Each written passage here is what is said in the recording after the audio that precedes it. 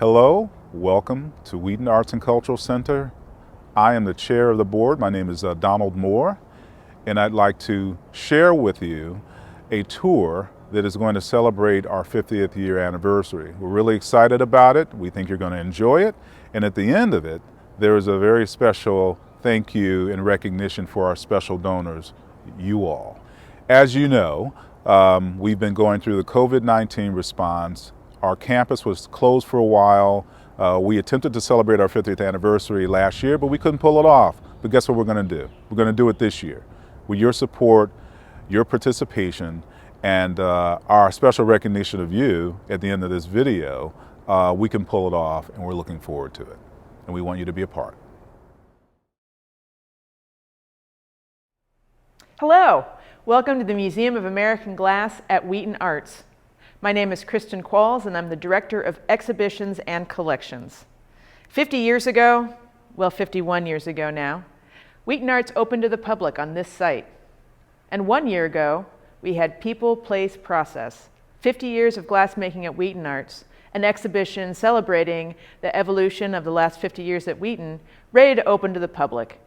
Unfortunately, circumstances didn't allow as many visitors to come see the exhibition as we would have liked.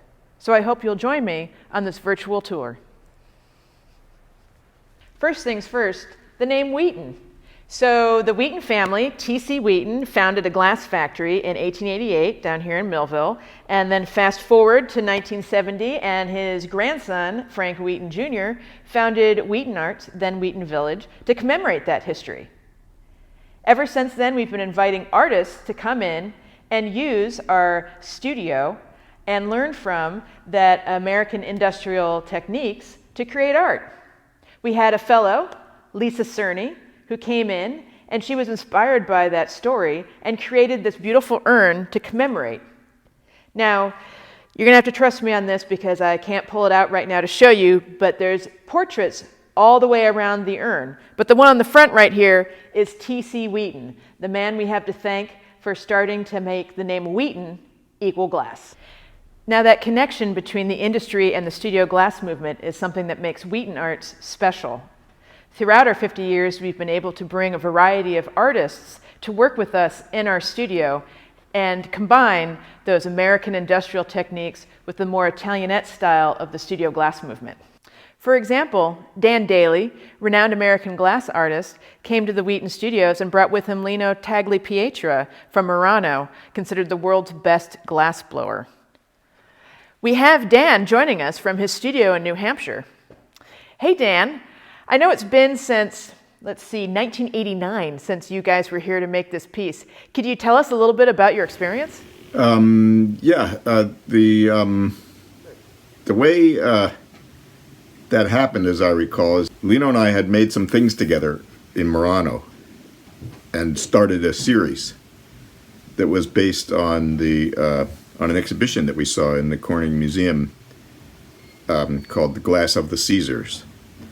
So right around then I was asked to do a fellowship at the WheatonArts, and I think it was, well, most of those things are longer sessions.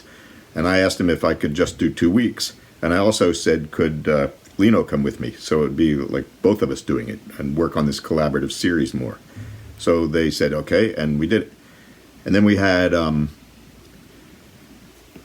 John Childs and Tom Farbanish, too, who were assisting, and maybe a couple other people at the time. So it was a group of people that Lino was not used to working with, and he really had a tough time, kind of turning that all into something that satisfied him for the quality of assistance that he was used to. And we got through that and made a lot of pieces. I can't remember how many we made altogether, but quite a few were trashed for one reason or another, which is normal. And then those eventually got worked out, through the whole process with the drawings and so on. And I don't know, it was a continuation of something we had already been doing, so it wasn't like a new experience for me that way. What was new was Lino getting used to relatively well, a very different kind of studio, because the scale of things wasn't made for the kind of handwork that he was used to, and all the details throughout the even the benches and the tables and the heights of things and so on was awkward and required a lot of forgiveness on his part to his normal way of doing things. But he got through it. We got all through it, and it was an interesting experience and good. Could you tell me a little more about the process by which you and Lino were working together? Like, how did you ideate or conceive of the shapes and the colors and the design of the vessels, and then see that through implementation? When we saw that show together, the Glass of the Caesars, something about the ancient Roman glass was really intriguing, because it's so loose and kind of imperfect, where certain things didn't seem to matter to pursue let's say the heights of finesse or excellence that you see in some of these Murano pieces that are a kind of tour de force of skill, with a lot of flourishes and typical Venetian little details that are extras. So the crudeness and the kind of unevenness of a lot of those antique forms was intriguing, and he talked about that a lot. And I would show him a drawing, he would sketch beside it, or say, what about this detail? And then he would at the bench do a version of it, and he said, I've seen it done this way, what about that? And this is the way you're supposed to do that. And so it was a combination of his experience in making these things and my interest in form and balance and creating basically formats too for the drawings that I was thinking about putting on them. So the drawings are all oriented as a kind of band that wraps around the piece throughout the series, and they're all scenic. They all are rather they're about place, and it's specifically places in Italy that I saw out the window of a train, or driving in the countryside or something like that. They're rarely city scenes, although buildings are depicted. It's not. They're really kind of landscapes, the whole series. Absolutely. The one we have here in the museum, I can definitely see, there's a bridge, and you can see some buildings, and it almost with the orange in the background, maybe almost like a sunset time period for the painting on it. Right, and then the enameling technique was different for this series too, because I interpret it more like a fresco or something. It's thick applications of enamel with a lot of texture by letting the enamel kind of pile up and dab it on with a brush rather than place individual dots of color on the piece that in the end came out like almost like Ben-Day dots or something like that, where your eye mixes the color because there is a distinct blue next to a distinct red next to a distinct yellow, or more subtle combinations than that would cause your eye to blend color. And with the pieces I made with Lino, I just mixed them all up, and the applications were much more like a fresco, where it's the colors in the plaster, everything's all mixed in. Yeah, you can definitely see the beautiful texture on this piece here, and it looks it's really dynamic next to the sort of acid wash of the glass.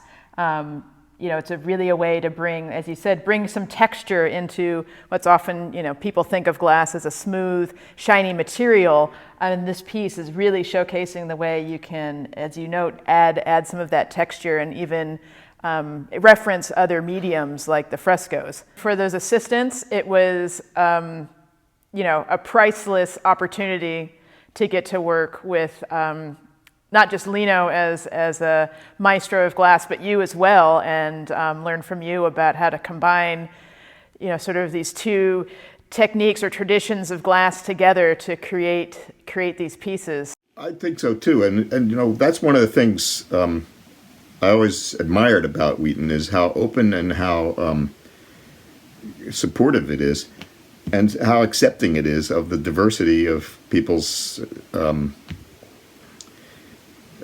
reasons for being there. You know what they were trying to achieve, and I suppose that's the richness of it. But it's also it's a remarkably unique thing that is being supported by Wheaton. I can't think of a parallel, really. Great. Thank you so much, Dan. And I really hope we get to see you in person soon. Oh, sure. Yeah. Now, we have other pieces in the collection that commemorate that camaraderie, that intangible feeling that happens when you get a group of artists working together. For example, 5 a.m. Delirium, which is created when the fellowship group of Robin Campbell, Evan Snyderman, Dan Spitzer, and Pamina Traylor were working together toward the end of their fellowship in that studio, making their final pieces. And as a folly, they put together this piece with different parts made by each of them, again, to represent their time and their collaboration here together. So people are really important to Wheaton. Not only the artists we work with in the studio, but the collectors who are an important part of our community and help us preserve and share our passion in glass and contemporary glass art. For example, here's a selection of items that was donated to the museum by Gail Britton, a contemporary glass art collector. They include Thurman Statham, Fritz Dreisbach, Rich Royal, and Preston Singletary. So through Gail's generous donation, we're able to ensure that these artists are represented through our collection and can serve to inspire other artists that visit. We're also able to have donated beautiful pieces like this, which came to us by Peter and Jane Galetto.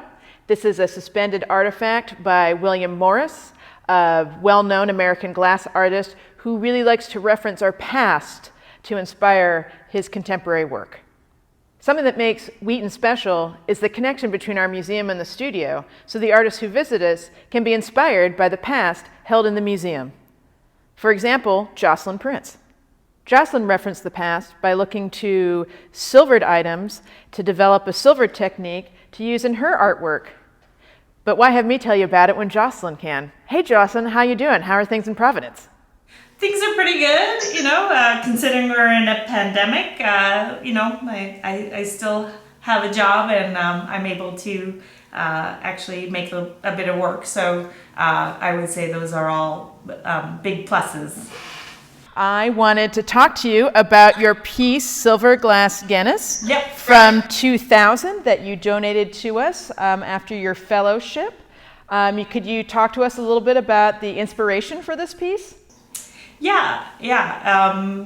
Definitely the, coming in as a fellow at Wheaton, of course, one of the first things, I did was go to the museum and, definitely saw the collection of silver glass, this it has also the misnomer of mercury glass.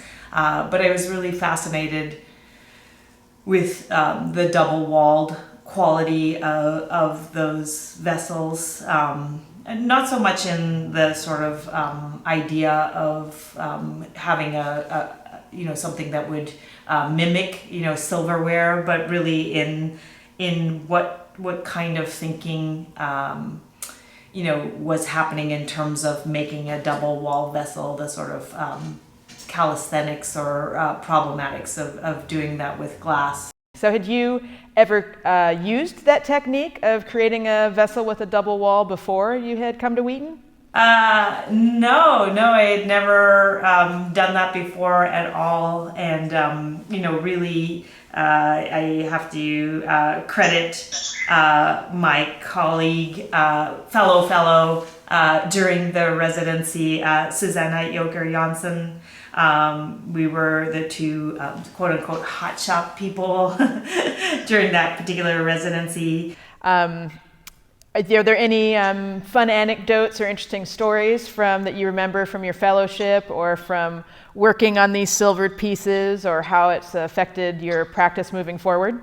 Yeah. I mean, I have to say, it's just, I was on the 3-month residency, and it was an anecdote the whole time. One other of the 4 fellows was a person from India, Sisir, and he had developed an amazing kind of practice because of limitations. I mean, he didn't have access to a whole lot of equipment. He really didn't have access to hot glass. So we were, always doing, all kinds of crazy experiments with him, and, Susanna and I egging him on in terms of trying a variety of things in the hot shop, which were great. And he had this really interesting technique of using dry plaster. So we did a bunch of tests. So I just remember us getting into a whole lot of good trouble that way with the material in the shop. And then there was, thinking about photos, there was another photo, and I don't know why we, I guess we made it, I really can't remember, but there was a dunce cap, big, cone-shaped hat we made for some reason. I'm really not sure why. And I don't know what we actually did with it, but there is a photo of Susanna on a motorcycle with that hat on, and it's pretty hilarious. But I just, that's Wheaton. Like I don't know. We worked long hours. We were pretty giddy with access to the shop, and it was amazing. It was an amazing time. It makes me really realize, the residency came at a time that was super important to me in the development personally of my work, and, meeting the people I did in my cohort was, that also just expanded my view significantly. And, what's really interesting, being in the position of teaching, is I've seen, my students go to Wheaton and have the same experience, have the experience where that freedom to work and have access to, the shop, and really experiment, and really push, an idea forward, without the normal constraints, and just having that support of an amazing amount of, hot glass and kilns and everything available to you. Once again, I've sort of seen that replayed in several of the people I know who've gone to Wheaton as fellows, and it's notable that their work makes that leap after they've been there, just because of that time and space, and I think the really interesting energy that happens with the cohorts. I've been somebody who's returned to Wheaton several times, sometimes to work on my projects, because the shop there is really specific and more suitable, but also in terms of that specificity of the area in New Jersey, and the specificity of the collection of the museum in terms of American glass, and the history of glass that's in the area, is something that I keep, along with, of course, my experience of being a fellow, but the specific information of the objects, of how you can look at some of these early production where stayed really, it's like in my Rolodex of references, some of the pieces that are at the museum, and that's something I carry with me all the time. And as you know, it's kind of resulted in another piece that in some sense, more so than the silver genus is site specific, but I think a lot about that production in that area of glass, and once again the way that your museum represents that, and it's a really once again, in my mind, an important collection and one that I, carry those objects around in my little Rolodex, brain Rolodex all the time. That is great, and I'm so honored that in addition, that your object, your pieces, your artwork is part of that collection, so that then, again, as you noted, your students, other audiences and artists that come through can also learn from what you've done and be inspired by your work. So I'm really pleased that you're able to talk with us today, and it's been wonderful to hear more about Silver Glass Genus from 2000. So thank you, Jocelyne, for joining us. Thank you, Kristin. I hope we get to see each other sometime soon. Okay. And while we're thinking about Jocelyne, come with me this way. Okay. Here we have one of Jocelyne's students, Aaron Pexa, who came for a fellowship in 2015. He was also inspired by the past held here at WheatonArts and in the museum, especially our mold collection of pressed molds, which he used in the making of this amazing multimedia piece, of which this is a small segment of the larger installation. It included pressed work, the multimedia work, again using original molds, and here are some of the original commercial pieces from the museum collection. So it's not just the museum collections, it's also our display space that inspires our artists. I'm sure you remember our lobby with its unique wallpaper. There are artists that have come and worked with us that were taken by the flocked nature of our wallpaper. As you can see here, Elizabeth McClure, Michael Crowder, and Heather Sutherland have all created beautiful flocked pieces inspired by that amazing wallpaper. In addition to people and place, process is also important to Wheaton's 50-year evolution as a creative sanctuary. For example, the Millville Rose, a paperweight pattern that was invented here in Millville by Ralph Barber that uses a special crimp tool to make, and that knowledge has been passed down through the years, including through our studio. Tools are important to the artists that work here. I noticed while curating the show that a number of the pieces created by fellows or other visiting artists referenced hands or tools. For example, this pair by Donald Lipsky, who was here for the Emanation Project. He noticed the beautiful collectible Durand vases in our collection and wanted to remind people that they were made by hand. So he took reproductions and violated them with these tools. One of the unique properties of glass means that you can't touch it. You have to use tools. So there's always been a dynamic relationship between the artists and this medium that have connected glassblowers of the past to glassblowers of the present. Here you can see more contemporary art pieces that either use or reference some of the historic tools that glassblowers still use. In addition to the People, Place, Process exhibit that was curated from the permanent collection of the museum, we're also able to display some current works by artists that we had invited to come celebrate our 50th with us in the studio.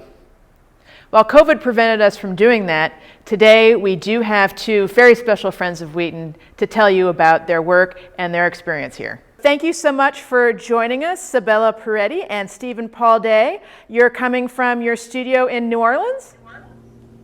Yes, that's correct. Nice, nice. You sent a couple pieces from Club SNS when you collaborate together. So I was really interested in learning a little more about your process as collaborators and how it was that you came to become collaborators. Well, this is a perfect story for you, Kristin, because Wheaton has a big part in this this play of ours, this journey of ours as Club SNS, because way back when we had our first residency at Wheaton, it was called Wheaton Village back then, I think it was 1991. 91. Was our first residency. And Sibylle and I weren't together as a couple at that point, and we were sort of tending towards that, even though we were both married at the time.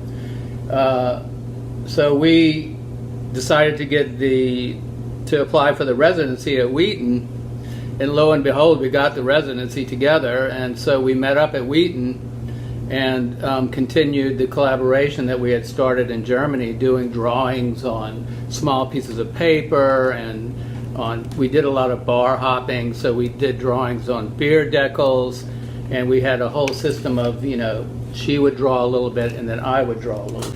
And while we were there, of course, we weren't living together as a couple, so we took over the basement of the fellows' house at Wheaton, and we decided that was going to be our joint studio. I don't know if they knew about this at the time, but so we started drawing on paper down there, and we started realizing that a lot of our work, especially during that time, had text in it as well.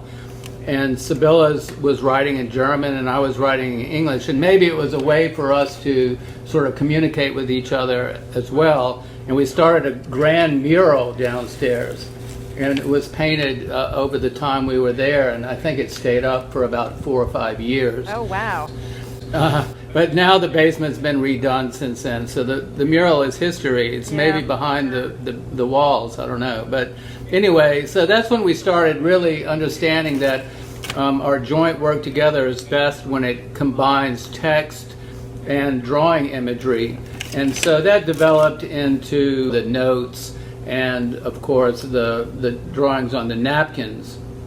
As far as the imagery goes and the source of imagery, I'm going to let Sibylle talk a little bit about that. Oh, so the idea behind these pieces is that we try to capture like something very beautiful, what somebody who maybe passes or leaves this planet to leave behind, something poetic. Sometimes it can be just a word, something what's kind of beautiful and has maybe a longer impact after this person leaves. And that was basically the idea. And that kind of connects to Snow Child in a bit, in the sense that that's based off a Russian fairy tale, am I correct? Yes. Snow Child is based, I made like 3 of these life-size sculptures. They are all cast in opaque white glass, and the one right now in the museum is the last one. And the pieces are inspired by a Russian fairy tale that basically deals with fragility, but also life and the strength of life. It's a beautiful piece. Could you talk a little bit about the imagery in The Warrior? Well, The Warrior it's also sort of linked in an direct way to Wheaton, because when I was there early on, I was sort of attracted to the paperweight element of the factory, and I learned a lot from the workers there, especially Tony, the old Tony, who is now gone, but he taught me a lot about paperweights and how they make them, and what I also was studying historically at the same time was sulfides, especially used in France in the 19th century. I had just come from living in France, so they were pretty like, oh, how do they do this? And so we actually developed how to do the sulfides while I was at Wheaton, and this was maybe the second residency I did more of these, would be 94, I believe, or 5. And so The Warrior is a recent piece, but it's directly influenced because it's also paperweights, but used in a sculptural format. And then the sulfides become the drawing, or become the pictorial element of the sculptural piece. But I love the fact that the sulfide, I call it a soulfide, because it has the interior of it is a drawing that maybe represents the interior of the paperweights, which could also be a human sort of element. Aside from your beautiful mural work in the basement, are there any other particular fun stories or interesting experiments you remember from your times here in the Wheaton studio? or any that you For can me, share? Yeah, I mean, for me, it was very fascinating to come. It was basically one of my first experiences, even coming to the United States. Oh, wow. And especially being in Wheaton, it was very kind of magical and mysterious too. And I was very drawn to stories the workers would tell me. Here's another continuity connection. The work I'm working on presently for an exhibition that opens in January is full of bottles. And inside of these bottles are histories and stories, mostly concerning New Orleans. But while I was in Wheaton, I was really, like Sibylle, enthralled by the history of Wheaton itself, and also the history of the sort of the folk tale around New Jersey, including the New Jersey Devil. We did a lot of work about that. But Wheaton itself was such a beautiful sort of, I don't know how to say it, the factory itself is a giant bottle when you look at it from the outside. And all these people are inside this giant bottle making artwork. So I thought, well, this is a perfect format to make these sort of historical dioramas and conserve the story of Wheaton and use T.C. Wheaton bottles at the same time. So it's a sort of a snowball effect of all these things working together to create this little vignette. And I think I did a number of them. Sibylle did also a few that I remember with stories in them in the bottles, Yes. like Louise. So the bottle idea started in Wheaton, and the history thing is something I've always worked on. So that just fit together perfectly. Yeah, it really did. You know, I mean, that's what we made in South Jersey was a lot of bottles. So Yes. and of course, And they're beautiful bottles, and I believe it or not, the piece I'm working on now has 250 bottles in it, really, and probably 40% of the bottles are T.C. Wheaton bottles that I buy off of eBay. that's amazing. I love it. So you see, the So South, I have so much T.C. Wheaton in my new work. It's Nice. unbelievable. that's amazing. I love hearing that. And of course, you know, I work in a museum, so I love history, and you know, all of your work is you know, amazing, and it's constantly on display. So I really appreciate you guys taking some time out to talk with us. And again, I can't wait for COVID to be over so we can see you in person soon. No, can we all wait? Yeah. Before we go, I want to show you one last piece. This is a piece by Vanessa German. She made that while she was here during the Emanation Project. There are two power figures pieces that she makes, and she often incorporates found art or pieces that represent the place where they were made. So you can see the legs and the arms include glass pieces that were made in our studio, as well as some bottles that were extra bottles found in one of our old storage barns. These two figures were part of a larger installation titled "Love is Still the Greatest of Who and What We Are, for how the sky is a song in the shape of healing, for how not to die of sorrow, for how we need each other. I am reaching for your hand." This work by Vanessa embodies our shared belief in art as a healing force and what we can do when we work together. And together is how we make all of this happen. I'm pleased to introduce Donald Moore, our board chair, to tell us more about our supporters. Thank you, Kristin. Really appreciate it. Welcome once again to Wheaton Arts and Cultural Center, and I hope you've enjoyed your tour. What I'd like to do is to just give you a sense of what we've done. What we've been working on for a number of years now is our donor recognition wall, which is right behind me. There's also a digital version that represents a kind of a rolling recognition of many people who've been involved along the way. Primarily, we're focused on the last 10 years. Our hope is that you will become that much more a part of what we're doing here at Wheaton. And we'd love to see your name up on that wall in the near future. And so I'd like to just thank you again for your support. Thank you very much for all you're doing for Wheaton, and invite you to become that much more involved in what we're doing. What I can tell you, get yourselves ready because we've got a really evolving visionary process we're looking at here. What we're going to do on our camps is going to be phenomenal. And we'd like for you to become a part of it. So we'll be rolling that out soon enough for you to take a peek at and hopefully get involved. And on one point of clarity, I don't want you to go away without understanding this. Wheaton Arts and Cultural Center is now open for business. We are open. So there are people who walk across the campus, there are people who come into the museum, people who go into the stores. We want to make sure that you understand that, yes, you are invited to come and participate. What you should do is to go to WheatonArts.org to take a look and see when it is we are open so you can plan your trip accordingly. We hope to see you here. We hope to see you soon. There is activity taking place on the campus, and we miss you. Thank you very much again for your attention. Thank you for your partnership, and thank you for supporting everything that we're about here at Wheaton.